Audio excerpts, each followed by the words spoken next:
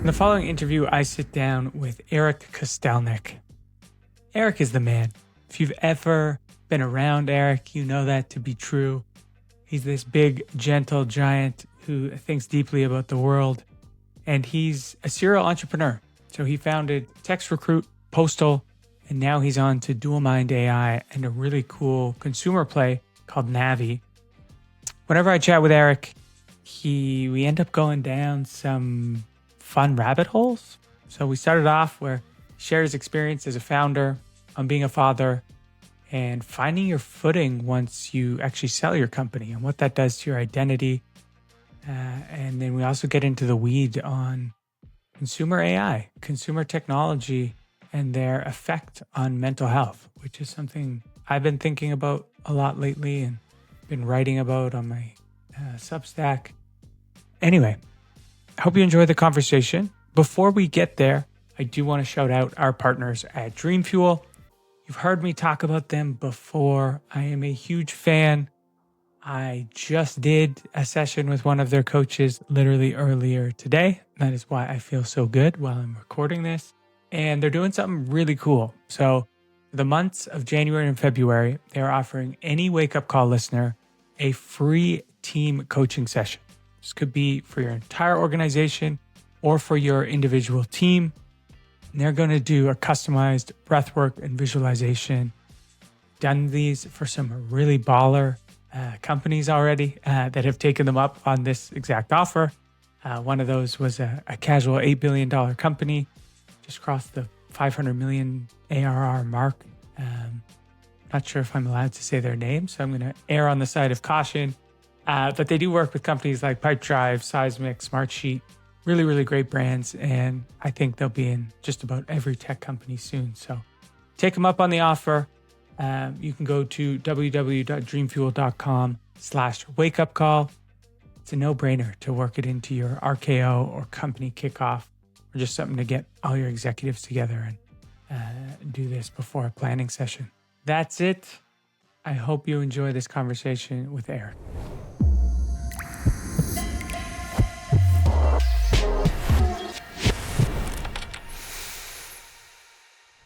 Mr. Kostelnik, what's up, Mr. brother? Parker. Good to see you, man.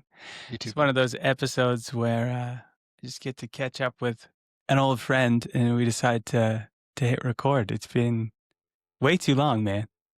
It has. We've been through journeys since the last time we talked. Totally. And yeah, for the listeners, if you're watching this on Spotify with video, you might recognize where I'm at. I have busted into my old office and commandeered it for the couple days when I'm back in Vancouver. I took the 15-hour flight from Delhi yesterday to be with my family for Christmas. So we'll be back in Vancouver for a bit and then flying back to India. But man, let's paint the picture. And, I usually do a little bio read before these conversations, but, let's start with kind of this journey you've been on for your career. And we'll kind of go quickly, but when I look at your career, it is a high performer. You've kind of always been charging pretty hard to be successful, whether that is, being an operator at a company and trying to realize someone else's vision for them and having a bigger and bigger impact, to ultimately being like, you know what, I think I can build my own vision and I want to bring that to life. And you're now on kind of your third and fourth startup, which is really cool. The last two, you had successful exits. So congratulations. That's rarefied air for sure. But yeah, give me just the quick, version of your backstory, at least career-wise. Yeah.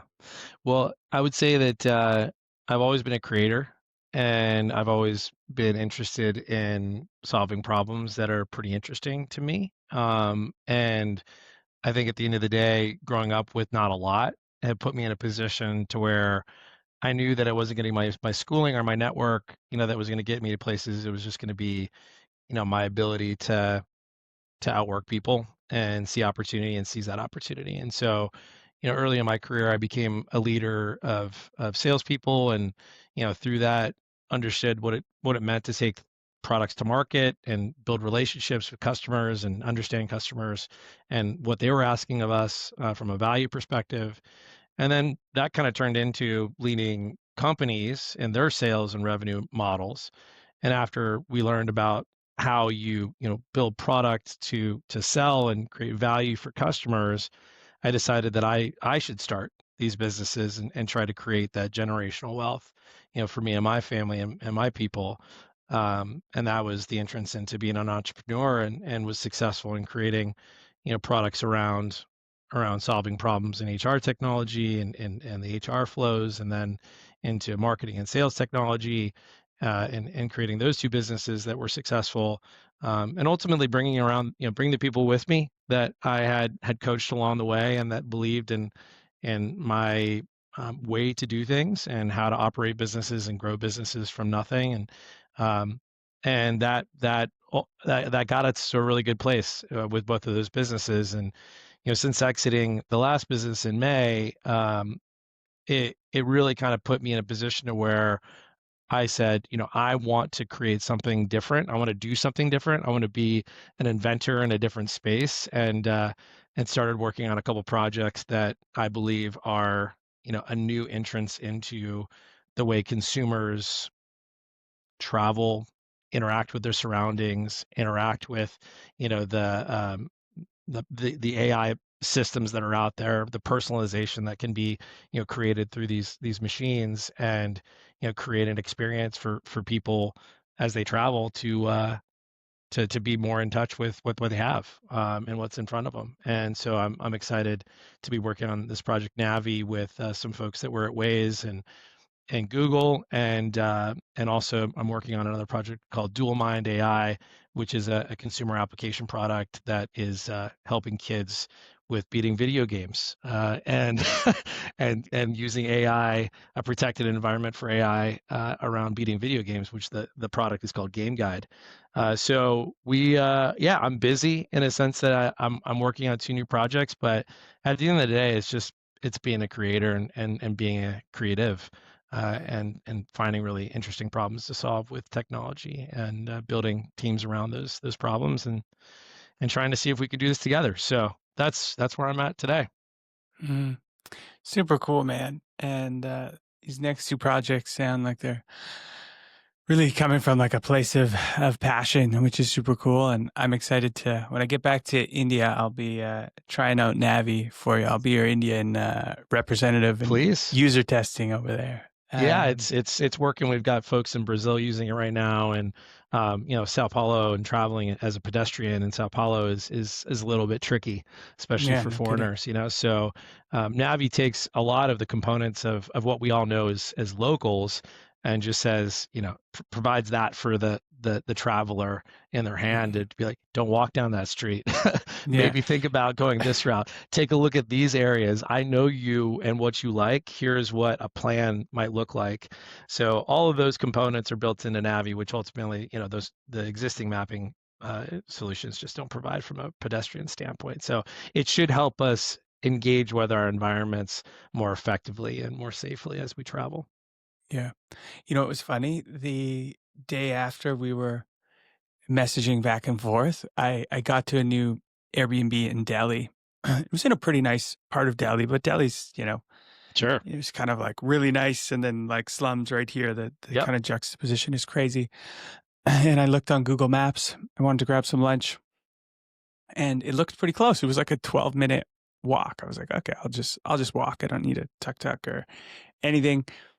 And I walk and I just clearly went I zigged when I should have Yep. zagged Yep. and just ended up like almost getting attacked by like 12 stray dogs and was like right in a pretty dangerous environment. And like, Delhi's pretty safe overall. And all my interactions were great. But this particular street was one to avoid. So I thought of Navi when I was doing It's that for it's sure. really interesting. All of us have, so that was the thesis, right? Is that all of Mhm. us have had these experiences when we're in a new city, and we're like, oh my God, why am I on the street right now?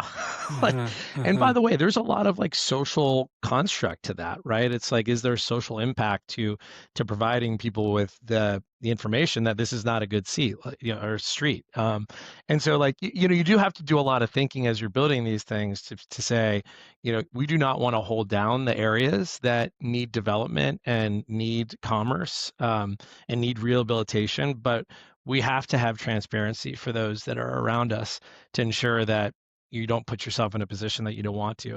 And safety is very much a personal thing, right? What uh-huh, is safe to me is definitely not what is safe to my wife, and so yeah, are my kids. And so you have to have an application that has a personal construct of your safety score and what you can take and what you can't. Um, so it's a hard problem to solve, but I think at the end of the day, what you just had mentioned has happened to everybody. And so if we can get, not the fastest route, but maybe the most scenic route or the most popular route or the most traveled route, uh-huh, that is going to be, I think, more value, but than just saying I'm going to go onto Google and search for these directions to get to this place, yeah, because it will be personalized. And I think that that's what artificial intelligence is giving us now, is that it's giving us this way to interact with our world more in a more personalized way. And I know, you're on the journey of cutting off, and uh-huh, I'm embracing what is coming because I ultimately am a capitalist and incredibly competitive. If someone's going to do it out there, it's going to be done. It might uh-huh, as well be me. So I'm still very much in that. Hey, I want to invent and create around what the possibilities are that artificial intelligence provides, and so that's what we're doing, and I'm super excited about it. And we're it's live on the stores, but at the end of the day, we have to really understand what our consumers want before we go and make a big push. So by the time this is out, we may or might not have made a big push yet, but you can get those apps and test them out as we grow and learn. So yeah. Super cool, man. And yeah, I'm cutting off for now, sure, some of the stuff I'm writing about can be seen like maybe anti-capitalism. Certainly not. I love making money. I think capitalism is the greatest organizational system for humans that we've come up with so far. Is it perfect? No. Um, I think for me it was just about finding space. And we were talking before this to like get back to a baseline. I forgot what my brain yeah, actually worked like and my nervous system worked like when I wasn't hooked on dopamine, hooked on achievement, just this little fucking hamster was me. yeah, I just want more money, more success, more accolades, more things. And, just getting off of those, IV drips for a while and allowing myself to see things as they are has been, really, really important. Um, so one of the things I'm really curious about right now is what drives people to do really hard things, and can you do that in a sustainable way? And one thing I've always admired about you is like you're quite an even keel guy. You're got a big personality. You're fun to be around, but like you're even keel. And I've even before this conversation, I was like, man, it might be like hard to really like dive in because I look at you and the entrepreneurial career you've had. And of course, there has to be incredibly hard times, imposter syndrome, like all that stuff, I'm sure. But it seems like, it's coming from a good place. And I'm wondering, because you just talked about bringing a lot of people with you. And I would say you're a hmm really people centric leader. And as I watch you build businesses, it's almost like it's a conduit to bring people that you like around you and bring them up and give them opportunity. And it doesn't necessarily matter yeah. what the thing is. The thing is a tool and it allows you to lead and build people up. Is that a fair kind of analysis? It's very kind to begin with. Thank you for that. I think maybe in retrospect, that's what's happened. If I Uh-huh. look back on the history and go, okay, like what was ultimately my goal of all these things? Was it to create like these amazing companies and build, wealth and, users and value and, all the different things that being a capitalist brings? Or was it just simply to like find a tribe? Find a tribe, find the people around you that share similar things and enjoy the time that we spend together in solving complex problems that are challenging, that make your brain work and allow you to release these creative juices that you have in your body, just to say, I've got, I've got things to give. And as a leader, I think, especially as an entrepreneur and an inventor, you go, okay, very easy to go, these are my ideas, right? You find a lot of founders like fall into this. Like, these are my ideas. Like, this is my vision. This is what we're going to do based upon what I think. And I think that very much that is the wrong way to go about it. That it might have been your idea, but it's not your idea anymore. It's the whole. And it's everyone's idea. So you have to get people around you that can all get on the same bus, but at the end of the day, really bring value to what the development of that company can be. And that's a really hard thing to do. And I think that's ultimately why I don't belong in corporate America, like, the big businesses, big technology businesses out of there, because they don't believe in that anymore. It's about what you produce, and ultimately what the product market fit is already there. It's just you produce what you need to produce in order to increase your market cap. And so I don't like that, because you're not building and developing, you're not being creative, you're not, solving the problems of creation. And that's where people can rally around everyone and rally around the problem and the opportunity and the leaders that are in those businesses, is when you have that, like that from nothing to something. And I think that that's where I love belonging, because that is, I think you get to build tribes around that. You get to build these groups of people that, you know, and candidly, like with Navi, I didn't even know my co-founder, Thais, before I LinkedIn Messenger. I said, I'm looking for someone that worked at Waze to like tell me I'm crazy, that of thinking that there needs to be a Waze for pedestrians. And she got back to me within like a couple of days, and she ran international Waze for cities. And I was like, oh my God, thank you so much for talking to me. She's like, this is a problem. We tried to solve it. It wasn't working. I would love to work with you. Let's talk about it. And then we spent like a couple of months working at it. And then she brought more folks along, and everyone was working for free and pro bono. And why did they work? Why did they want to work with me? Why did they want to work with Thais? Well, number one, it's a fun problem to solve, but like, we're fun people and we like solving interesting things. And by the way, we kind of done this before and we understand how to build a big business.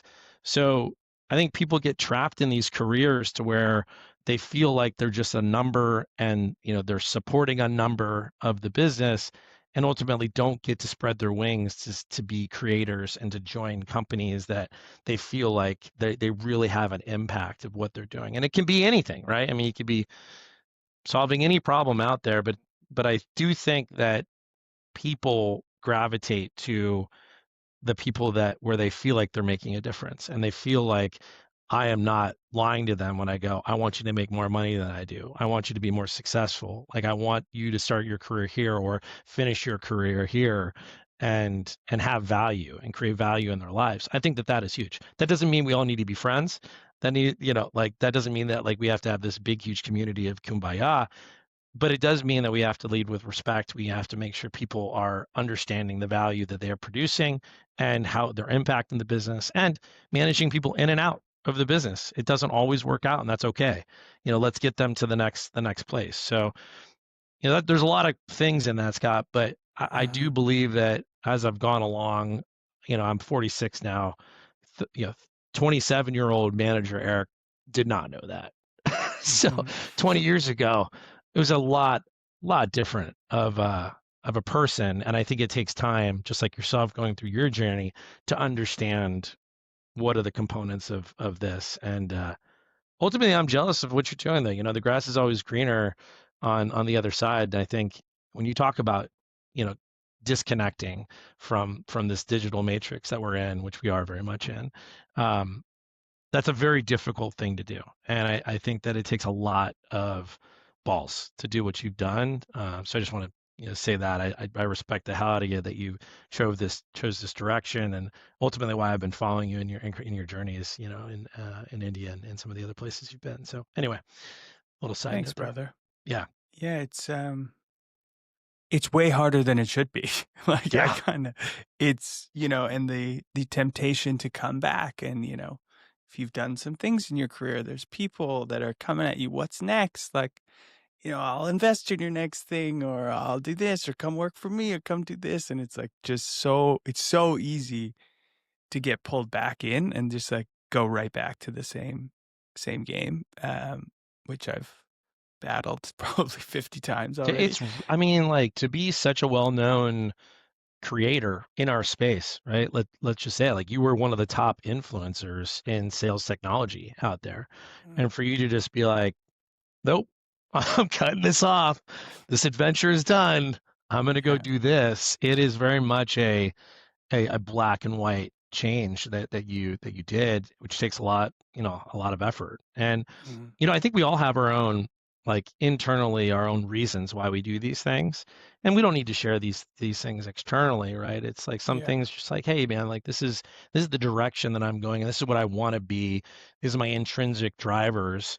Is this serving that purpose or not? And it's Mhm. like sometimes you just say, no, it's not serving the purpose. I got to go. I got to do something Yeah. else. Um, and for me, playing music, growing up as a musician, I played on the streets of Galway, performed in San Francisco and Baltimore, like had a band, all did those things.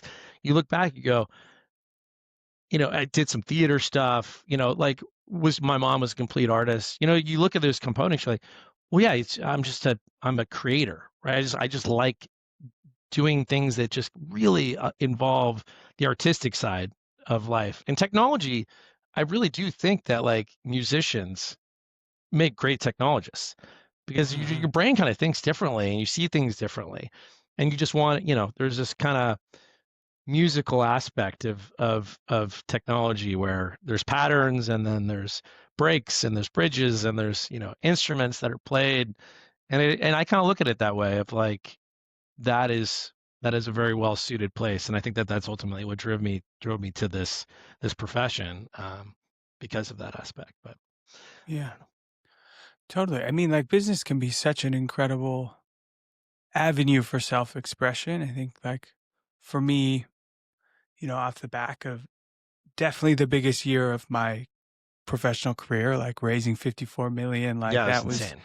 that was crazy, in the hardest time to do it, like boom, I should be jacked. And like there was an element of creation and like, oh, we're building this team. I'm in this beautiful office and we're gonna be able to create all these companies and help support them. And yada, yada, yada. But I'm a creator too, like highly creative. And I realized at one point that everything I was creating was influenced by the outside world. Like Mm, where was this coming from? Like I had mm, learned that if I created certain things, I would be rewarded. And I couldn't find my footing of like, what do I actually care about? Like, because everything I've cared about for the last 15, 20 years has been influenced on how I can be perceived as the most successful and make the most money, yeah, Like I never ended out like came with a plan to like become a venture capitalist. I just followed the path yeah, that gave me the most leverage and used the skill set of sales that I had. And you got to sell to raise money. You got to sell founders and you just play a more leveraged and leveraged game. And then you end up, in this place. And it wasn't a sustainable fuel for me. But I think, going back to the idea of like finding a tribe, I think if I had looked at it more that way, I think that's a sustainable fuel. It's like, hey, yeah, and I used to say that, like, I want to spend my life solving interesting problems with interesting people. I just think I stopped being able to see what the interesting problems to me were. I could see mm, what the world wanted for sure, but I hmm, couldn't see what was interesting to me anymore. I want to ask you something, and mm, that's a question around identity. mm, When you think of Eric, when you think of yourself, is there parts of your identity that aren't CEO, founder, builder? How I would much say is that wrapped up? I mean, I would say that I went through that whole identity crisis in May, Mm, when the business sold, and on June 1st, I was not a founder anymore. mhm. That is I mean, dude, honestly, I spent like a good 5 to 6 hours a day playing video games for like a month. That's And awesome, man. I it feel like that's was, actually weirdly healthy. it Like was, at least, it was I was like, I didn't know what to do. Like I was like, well, I guess I'll, start working out more or get healthy, which I did. I think I did lose like yeah, you look 30 great, man. pounds. Thank you. Thank you. Um, yeah, lost a bunch of weight, and and started being more present for my kids, or what I thought was more present. But when you go from running a company and going through a M&A process, let's be honest, that's the hardest thing to do, is to sell a Yeah, company. yeah. And so I just came off the back of all of that, the public announcement, and How then long was that process? How long did the that was, I M&A mean, take? I had been working on selling the company for about a year, but it had transpired over about a 4 month period to where everything fell in place, and then ultimately we got it done. And I didn't hire an investment banker. I just managed it myself, um, with the acquirer, and I thought it worked out really well. But there are points in time where a deal dies multiple times. This, it's like you just got to bring it back to life. And so I just went from this like extremely chaotic, super high stress, unhealthy process to get this deal done, which it needed to happen. And then once it got done, then to be thrust into the world of no work, that was very difficult. And I do think that I had to have a place that I could go. So luckily, I talked to my landlord, for Postal, and I was like, hey, I just need a small space for me to be, because my wife's like, you got to get out of the house. Like, you got to Mhm. go. This is not going to work out.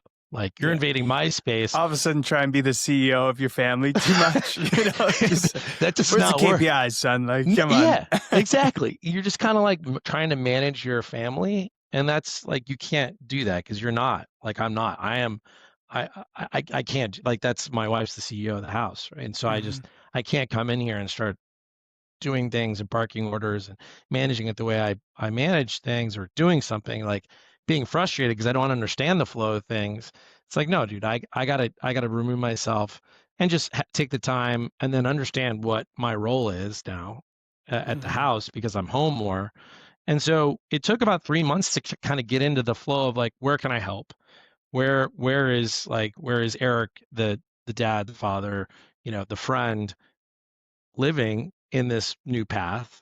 And that was difficult to try to figure out where I belonged, and where I didn't interfere, where I helped with new. And we're still figuring this out. Like, relationships are strained in this, in mhm, this with my kids and wife, friends and stuff, because it's like, well, where do I belong in your flow? It's not about my flow anymore. I have time. What does mhm, that look like? And so it was a super weird time, 3 months. And then, but I got the office, and luckily I'm in Avila Beach.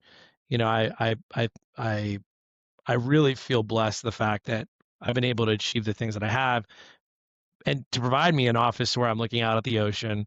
I come in with my dog, and we're here for 3, 4 hours a day, and and we're working on projects that we want to work on. And I talk mhm, about we is me and my dog. mhm. so so we're coming here, and like, I have people that are in the office here that work at the golf course that I'm at. It's just a little public, muni course in Avila, I have, like, in the old storage closet, by the way. So it's like, that has a window, which is crazy. But so I'm like here, and I get to interact with them, and they're always asking me about the stuff we're working on, and and they're interested. And again, I have a little tribe here, and they're just good people that are working on their own projects, but interested in what we're working on. And now that I have this space, I feel like I can create more. And then that has led now to, be working more on Navi, and being more interested in it as we've gotten further along and brought more people in that have created more value into what the product can be. Um, so it's ebbs and flows, man. But I think identity just is consistently changing. I think you have a core, and then it just, ultimately, you need to be what you need to be. And being a chameleon, I think, is important, in some aspects, to where you can just kind of roll with the punches and figure out what needs to be done and how to provide, value for others and be a service to your community and others to try to get to where you think you should be. And so, because you can't do it on your own, right? So, and you're going to be taken in all these different paths too. So there's certain aspects of that I think that are interesting. But yeah, I think I don't know.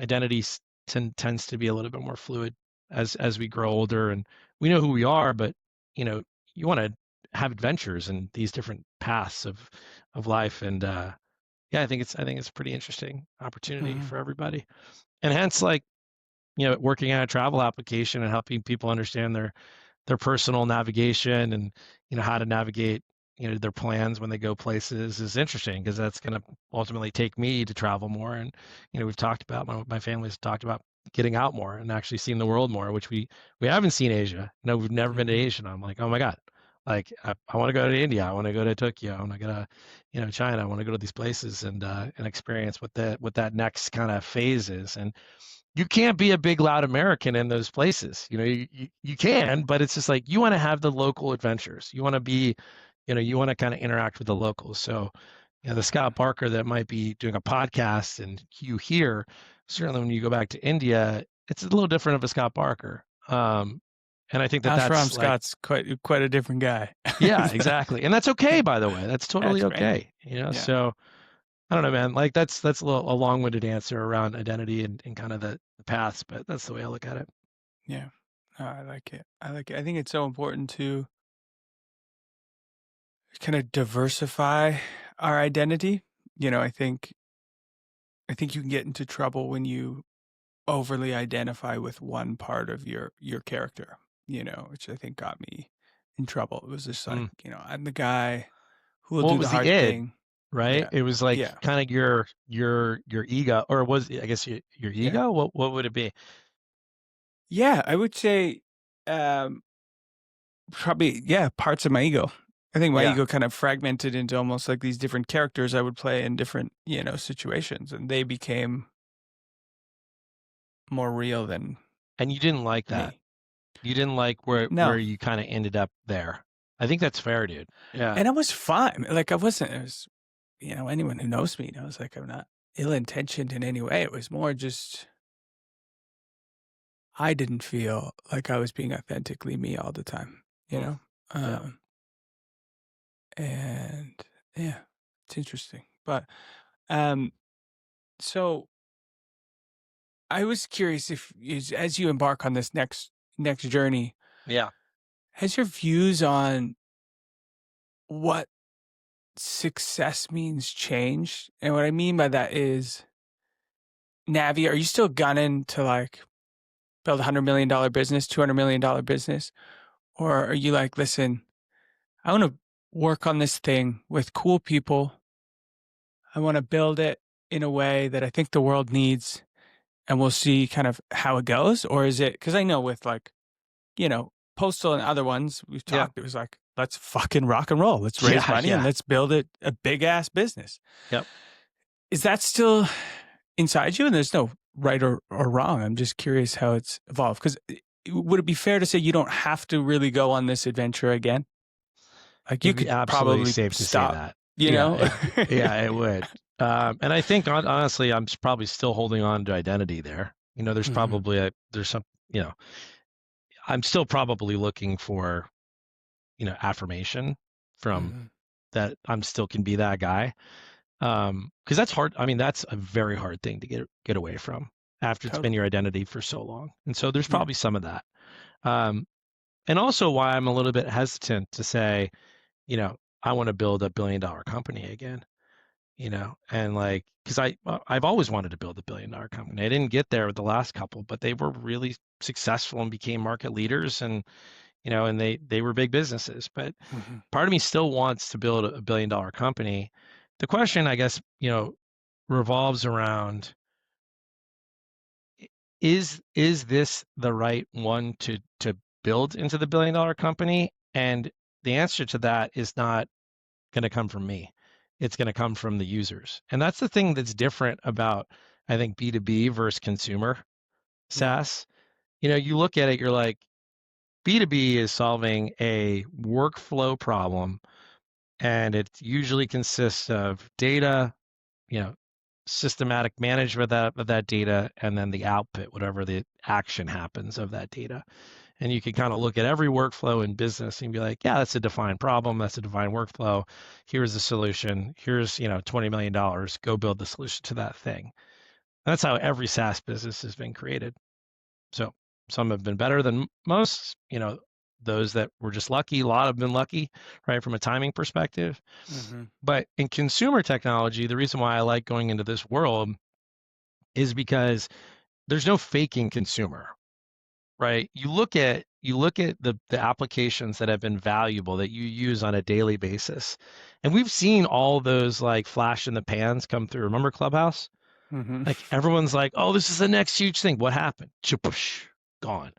So fast. That It's was so wild. fast. And so Yeah. you look at this and you're like, so you have these applications that you use on a daily basis, and those that have come along that have been integrated into your life that make your life better. And I do believe that there's applications from a health perspective, travel perspective, your own personal finances perspective, all those things like that have made our lives better and ultimately more available to others that are less fortunate, right? It's created more of a playing field, level playing field when you have all of these new consumer applications because it's not just the Stanford, Harvard guys that are doing well because of their networks. Everybody has an opportunity to do that because of new ways to do things. So Mm-hmm. that's kind of the way I look at consumer apps is that we're going to know if Navi is something by the data that it is producing and the way people are using it, and that is going to infer what our next decisions are when around raising capital and growing this thing. And we launched it literally 2 days ago. Today is we're recording this on the 18th. It got launched on the 16th. And Cool. so I was like, we're not doing anything, no go to market. We're going to see what happens. And that's the hardest thing ever when you've been working on something for a year. You're Yeah. like, we're not going to tell anybody about this. Yeah. It's like, okay. And I just want to see of those that we kind of handpicked and those that are using it and finding it. Are they using it? Are they seeing value? What are they seeing value in the product? What do they need to see more value? And then do we have something? Because you and I know both that when you go to the venture capital world, let's say that, we go to like I think that the ultimate target for us is Google Ventures. You could go to Google Ventures. Like, why would Google Ventures invest in Navi? Well, one, we have an incredible data set that we've consolidated across like all the world. We've pulled this in and we now can infer the safety of locations based upon lighting, based upon crime, based on density, topographic information, streets, um, just, I mean, like public transit, like public toilets, literally all of the things that you can derive. Is this a place that I want to walk? We've consolidated and now have our own database on. So that's one. The second thing is they're going to want to know that eventually, if this is what we say it is, that they can plug this into Google Maps and it could become a feature like Waze, eventually became. And I'm not going to put my name on the line unless I have a lot of confidence that eventually this business can be acquired for some number. I don't have a number, right? Mm-hmm. But for some number, and that it doesn't break us along the way of building something that we didn't set out to build. And Mm-hmm. sometimes when you raise capital, you know, the influence of a board, the influence of capital can make you make bad decisions. Yeah. And I want to hedge that process as much as possible and as long as possible until we have real signal from the user base that this is a problem we're solving. This is where they see value in it, and this is the next 3 iterations of this product. Hence why we need more capital to go. But I'm self-funding it at this point. I mean, I've self-funded this. There's real money going into this. People are spending real time. Multiple people spending real time solving this problem for us, and we've just got a good core group that believes that this is going to create value. And Mm-hmm. so I don't know. I don't know what the path is, but to your point earlier, I think it's going to tell us. And Mm-hmm. that's a difference between some of the other businesses. Like, I want to raise all this money and make all these huge businesses and make powerful decisions. You know, And you can like sort of brute force it a little bit more in B2B, right? There's like, if totally. you dial in your go-to-market playbook, you got a good network, you can like really like, you can basically like make a market, which is cool and a fun game to play. But it's interesting to think of, yeah, consumer, you're really at the mercy of like, there's ways once they've downloaded it that, you get people more like You can have virality engaged in coefficient. things and yeah, You have games in there. There's virality sharing aspects and yeah. connecting with friends and the social aspects. There's all those different things. Taking Hmm. video, there's all the social components to navigation that is really interesting. And there's been great companies that have been built with all that. Yeah. But you know, I think before you gamify, you have to understand what the core value is. Do they see that core value? Are they using it that way? And then these are all the other things you can put together to build the business up to where it can go. But at the end of the day, I mean, like let's say we build something amazing and it gets going and everything is good and it becomes a component of a bigger system, then that's the answer too, and that's Hmm. okay too. But that that answer is closed down once you raise capital. You're not selling the business Yeah. anymore. You're on your haul until you get to a number that is good for the venture capital side of things. Which, by the way, I love the venture capital for that side of things. Mhm. Like the way you hustled, the way that that these businesses that are funding these ideas that we have, I think they're incredible. And there's a lot of really good venture capital firms out there that allow for founders to have freedom, but there's a lot that aren't. That and at the end of the day, they have LPs that they have to serve to, and they are not going to be investing in you if there is not a 3 to 5x horizon in the next 3 to 5x multiple in the next, call it 5 years or 10 years, whatever the fund horizon is. And they're not going to invest in you unless they have a good line of sight to this being a big business and where it fits in potential acquirers, which Mhm. we already do. I mean, we've had conversations with Meta and Google and some of the others out there. So like, I think that there's a real opportunity, but we don't want to kind of say, okay, we're just going to raise capital. We're going to go and like build this thing to huge. We need more signal in order for Yeah. that to happen. And I think that that's like, again, younger Erik would not have said that. He'd be like, fuck it, let's go. Right. I'm Mhm. gonna go raise $20 million. We're gonna build this thing.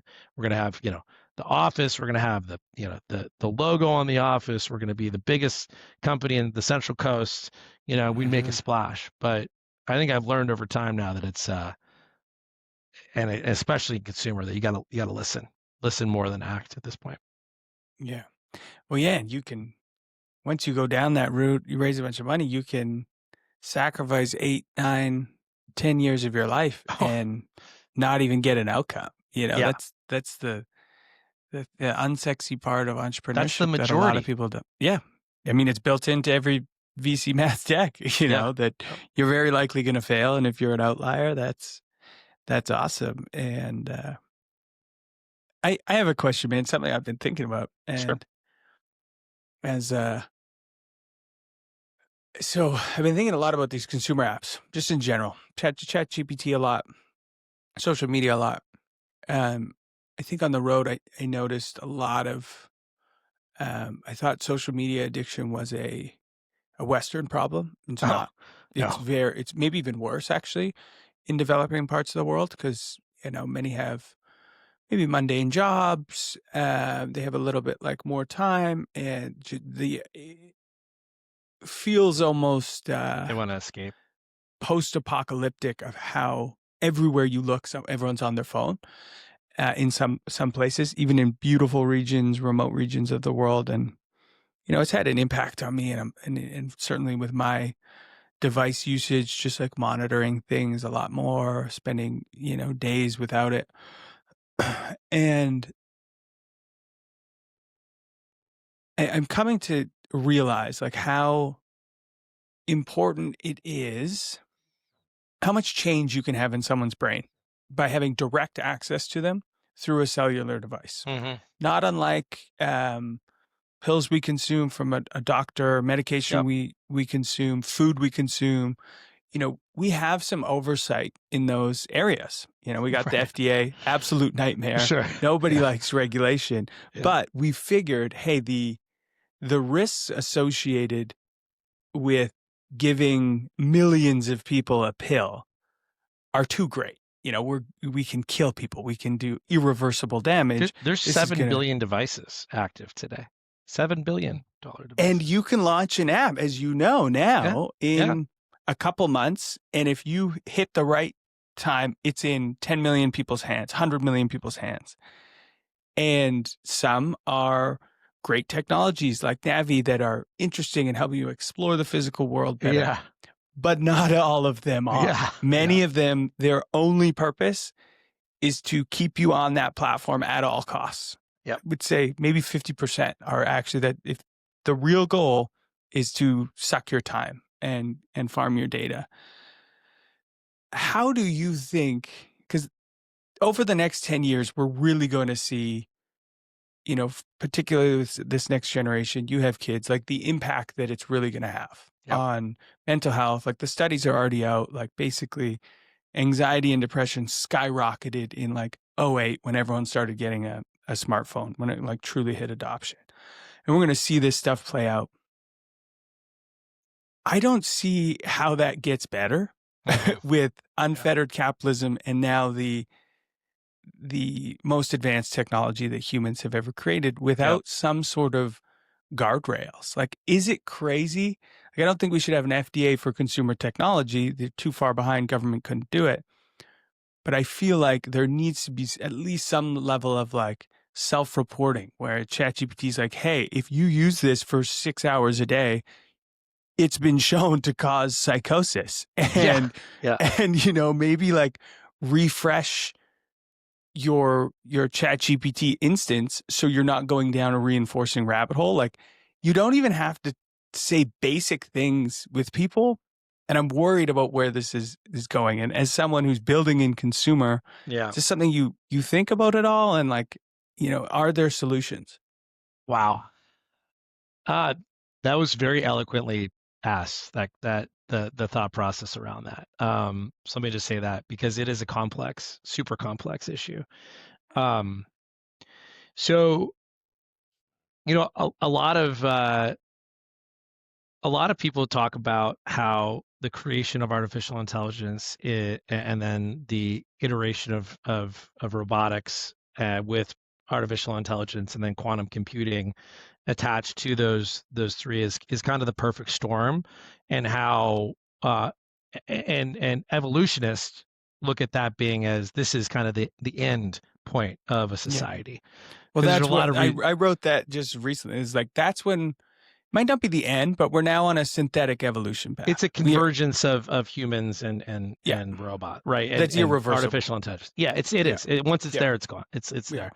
So, you can make the case that like the speed of that has increased, exponentially since the invention of the internet and the development of, cloud computing and as we've kind of iterated on all these components of how you build technology, we've gotten to where we are. Artificial intelligence is not a new thing. We've been working on this since the 60s. And Mhm. so we knew that we were going to get here. We knew that robotics were going to be a part of this. We knew that science fiction is just reality. It's just, a precursor, right? It's kind of the storytelling of what's going to happen. And a lot of the stories that they told, in sci-fi have come true. Mhm. So how do you get this not to be a Terminator situation, I think is what we're all wondering. Mhm. And yeah, there's always a switch that you can, they have to be powered, right? So Mhm. power, we are self-powered. Yes, we need fuel, but we're self-powered. We decide where we want to go, our paths. Even though we're kind of digitally plugged in, and you could make the case that the matrix is telling us where to go and what to do and Mhm. how to behave. But I think all those things are important to understand because without governance of what is happening, and just pure capitalism drives the decisions that are made. You run into situations to where there's going to be malpractice around companies and what they've done, and I think you can make the case that, every single social media company out there is it could be involved in a malpractice suit if they were on the healthcare side of things. What Yeah. they have built is not healthy for their users and their It's the most consumers. addictive thing on planet It's Earth, and worse we're than giving it to heroin. children. Yeah. Yeah. And so Yeah. my kids, when they like, sneak off with their iPads and they watch YouTube Shorts, which we don't give them access to social, but YouTube Shorts is there. That YouTube Shorts is just dopamine, dopamine. I mean, my daughter's, I mean, she'll watch 3 hours straight of 15-minute clips, and I'm like, man, your brain is just toast, Yeah. toast after this. Smoked. And Yeah. so and I think it's leading to more ADHD. I think it's leading to dyslexia. I think autism is all connected to these things, to where the brain is just wiring this frying a little bit, So there's probably a lot of scientific studies around that. That's just my personal opinion. But I think, like, when you look at it, there has to be governance around what our youth is using, um, how they engage with it, the amount of time that they engage with it, and ultimately, what they do with it. Um, but I don't think the answer is, a China approach to where, it's got to be governed by the government. I don't think an FDA approach is the right way, because ultimately, I don't believe the government either knows Yeah. what's in best interests. The Yeah. government's best interest is what the government's best interest, and that's just to get reelected again, Yeah. right? Yeah. And we could go into a whole other thing about that, but I think it needs to be self-managed. I think that the people that are in these businesses, that are public businesses, do not have the best uh, kind of thought about their consumers that are consuming their interest. I think they're more driven towards the next quarter earnings. So that's the bad place. You could make a case that OpenAI has the greatest opportunity for it because of Yeah. their nonprofit status. I think Sam is Which a is kind of really, going away, but it is, it's like, but what's happening, right? You get money from the big dogs, like everyone's pouring the money in, and then it's eventually just going to have to be a yeah. public organization. So, man, I think it is a really interesting problem, and I think that at the end of the day, you have to have the people, your people around you, the community, and not talking about like the overall governance. I think it's going to be personal governance. I think it's the governance by parents, governance by friends. We're all going to have to look out for each other because nobody else is. And that's a really difficult thing to scale, because you have people that are really not good at governing themselves or governing the people around them or helping them to get better. And it's like, you can't look at these big things at doing that. And so that's where I get concerned, because you have this class divide as well. Is that, yes, what I know and what is healthy for my people, and giving them feedback on how much their time on their devices and what they're posting and the behavior that they have online, I can give that feedback. But a kid in the inner city, in whatever city all over the world, where it's literally a Ready Player One situation, where they're in the slums and they're put a VR device on, and that's where they want to escape. That kid's got no control over what's going to happen. And it's not Yeah. like this kid has the opportunities to develop the technology that they're using. That's where being a capitalist, being an American, and being someone now that has capital to do these things is great, because then you can build up Participate people around you and participate in it, because it's going to be done. So, dude, and it's a build things that are actually helpful. I think totally, that's like we have such the utopian version of where we're going is so beautiful, but yeah, we need to like I think we like humanity needs like a charter of like here are the 100 problems we all care about, yeah, and businesses should go and like solve those problems, yep, instead of just what is an opportunity to make money. I think like every big societal change has been driven by technology, at least in the last like 80 years. And that's not great because mm-mm, technology is all built by businesses right now, and it's to make money. And like we need to flip that back on its head, which was, society and humans used to think about what's the world we want to live in. And then we build technology that serves that versus we've got the inverse right now is mm-hmm, is technology is driving all of the change, and then we're just adapting and be like, oh, now we all, live on our phones, and we all, it's really interesting. And I I look at it think like, yeah, go ahead. no, please, please. I'm just saying, I look at, obviously, I have a lot of time on my hands, and I love history, and I'm looking at all these different, trends and stuff. And every major technological revolution we've had, there has been an equal uprising from humanity as a collective, Mm, and like a pushback, a healthy pushback, not like, hey, let's take the Industrial Revolution. There was a few Luddites that are like, fucking burn the factories. We don't want any of this stuff.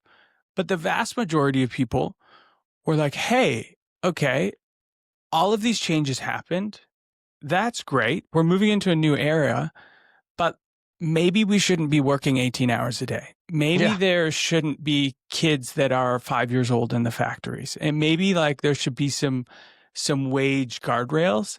And you can make a direct parallel to like social media of they're not paying cents like they were back in the Industrial Revolution. They're actually paying you nothing to be data farmed on their platform. And there's no guardrails against kids. Same thing. There's no time constraints. You can be on there. Like the parallels are actually pretty freaky. Yep. But we've all been lulled into this like comfort, where no one wants to be like, hey, maybe this is bad, even though we all know it's what it does to our Well, own I mean, yeah, brains. it's the frog in the pot, Yeah, and you just slowly turn on the burner, and that pot, the frog doesn't move until it's dead, yeah. and it doesn't know that it's boiling, right? And Because that's the scarier future to me than Terminator. I don't think Terminator or any of that shit's gonna happen. I think it's gonna be this slow burl where we all lose more and more of our human skills because we're outsourcing them, and then we're It's just like we're Wally. just blob. Yeah, like It's very it's similar to like that, Wally. which Yeah. is like so sad. Like a Well, mediocrity or like worse than mediocrity. That existence is like that scares me more than just flaming out and dying. I think. I think we're going to be surprised by the next generation. Mhm. I really do.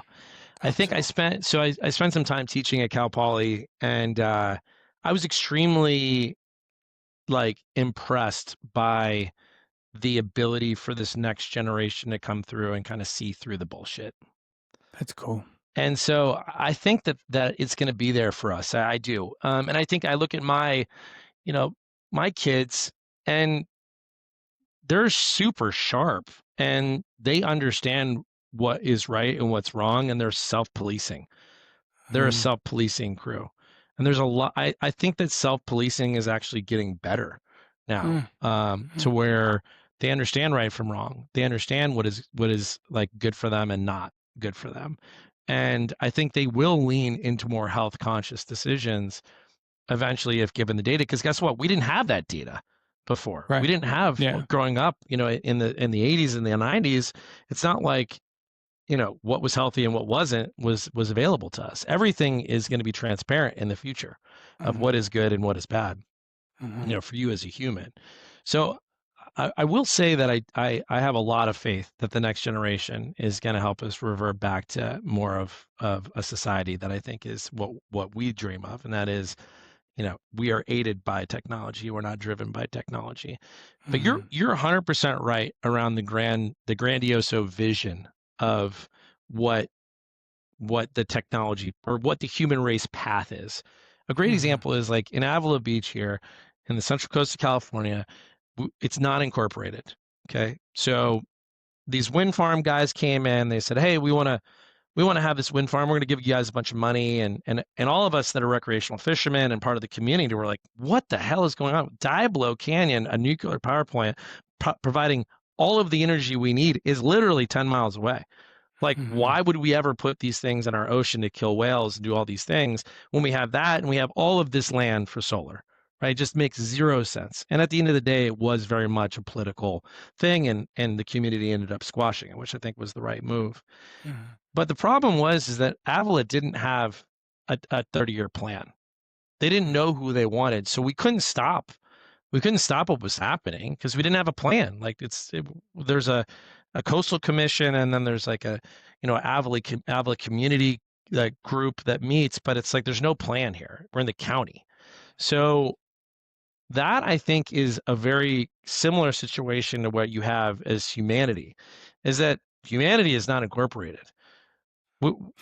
Everybody has a different idea of what humanity should be. We don't have a guiding principles of like what what humanity should be in the next 30 years. All of us share different views of what that is. So I think that that is the problem, because you know all these businesses with the amount of marketing and amount of power behind them and the data that's behind them, they're the ones that are controlling what the outcome of humanity is because of what they're building. Totally. And whether it's going to serve us in a beneficial way or in a severely deficient way, then it still remains to be seen. Also, it's not like the people that work at these companies are all evil. No, not at I think all. there's a lot of like interesting things around like, It's not some like global conspiracy. no, No, it it's, just I makes mean, sense. We're choosing comfort, efficiency over, connection, deeper wisdom. We're just making that trade because it's a good short-term trade usually, totally. and we Yeah, just made it to. And if humanity shows that we're always willing to make that trade, the market will produce companies that will facilitate that trade for us all totally. day long. Yep. And we are creatures of dopamine. Mhm. We just crave it all the time. And we Yeah. figured out how to create food around it, around drinks around it, around technology, around experiences around it. Well, all those things are just driving us to get a serotonin release. Mhm. So I think that, and by the way, I mean, your journey and shutting off, and you being able to be more grounded and kind of see, the difference between, pre-Scott and post-Scott, where you are now. A lot of people will not have that opportunity. And the vast majority of people will not have that opportunity for all the reasons, right? They need to provide for their family, which I think is the core. They have ambitions, they have these goals and they're competitive and all these different components of what drives humans. They're just not going to have that ability, including myself, to do what you're doing. So, so I think that it kind of goes back to, if we could all agree on this path that we want to see in 30 years and have maybe not a governance, but something that aligns to what we all want. I kind of think that the billionaires, that have gotten together around creating these guideposts of AI have in their mind, but they are not a good representation of society. They are Totally. what, 2,000 billionaires in the world, right? So they're a very small fraction of society, yet And by the still time you're managing the that vast wealthy, majority of the capital. you can't help but thinking you're so influenced by what makes money. You that's what you've done your whole life. Sure. And there's certainly nothing wrong with that. You just have to understand that if those are the people guiding, we will always go that way. Maybe Yep. we just blow up the government and we all vote. we all vote on like what problems. Like you list 100 problems, and the collective votes on like, hey, over the next 10 years we're going to solve these 10 problems. Next 10 we're going to solve these 10 problems, and then we vote for problems instead of people that seem to let us down all the time. I don't think we're ever going to solve the problem of the government. It's always going to be there, because there's always going to be powerful people with a powerful pen, that can make things happen with the signature. So I don't think that's going to be solved, and hence why there's just not a lot of smart people in government. We'd rather be in the private sector, which allows us to do the things that we want to do. And I don't think I've said it publicly, but I'm 100% for California being its own country. I think that we have an opportunity to do these things. And though I don't agree with the leader that's in place right now of California, I think there needs to be a fair election across, all the districts and all the people of California of what we actually believe in. I think we're kind of over supported on the liberal side of things. I think on the conservative side of things, we just extremely under supported there. So I just think that there's not going to be a dramatic change with the current state of where our taxes go and how we, how the United States operates without, you know, systemic change. And I don't think we're going to see that. But um, I've always thought you'd make a good politician, and I mean I that in a just, good way. yeah, man, it'd be very difficult for me because the amount of bureaucracy in that. I mean, I saw bureaucracy just working in academia for a Right. year. I'm Yeah. like, holy smokes! Like the state of California runs Cal Poly, and you're like that. The amount of red tape that happens, you just can't get things done in 4 years. You Yeah. can't. It's impossible. It's That would like you drive me have to be nuts. That would drive me taking someone nuts. else's idea and then following. That's why nothing changes, is because all you're trying to do is pull through the ideas that have been put forth before and have been voted on, and ultimately that's the direction. So you might have one opportunity to change one thing, but it's impossible. It's just we're in a circle, in a death circle when it comes to that stuff. So you just Yeah. hope that our kids can make the right decisions, and those that that believe that they could be serve in public office, that they're the good ones, and we get them and lift them up into those positions. But I don't know, it's tough because It's there's so tough. much money to be made in capitalistic society and private sector, so Yeah. it's tough. Yeah.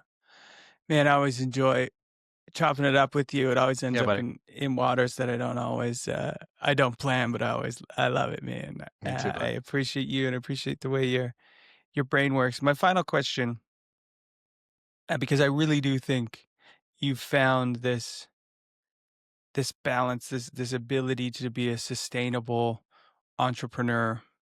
I know everyone who works with you just like, loves your leadership. To the next generation of CEOs and entrepreneurs, what would you what advice would you have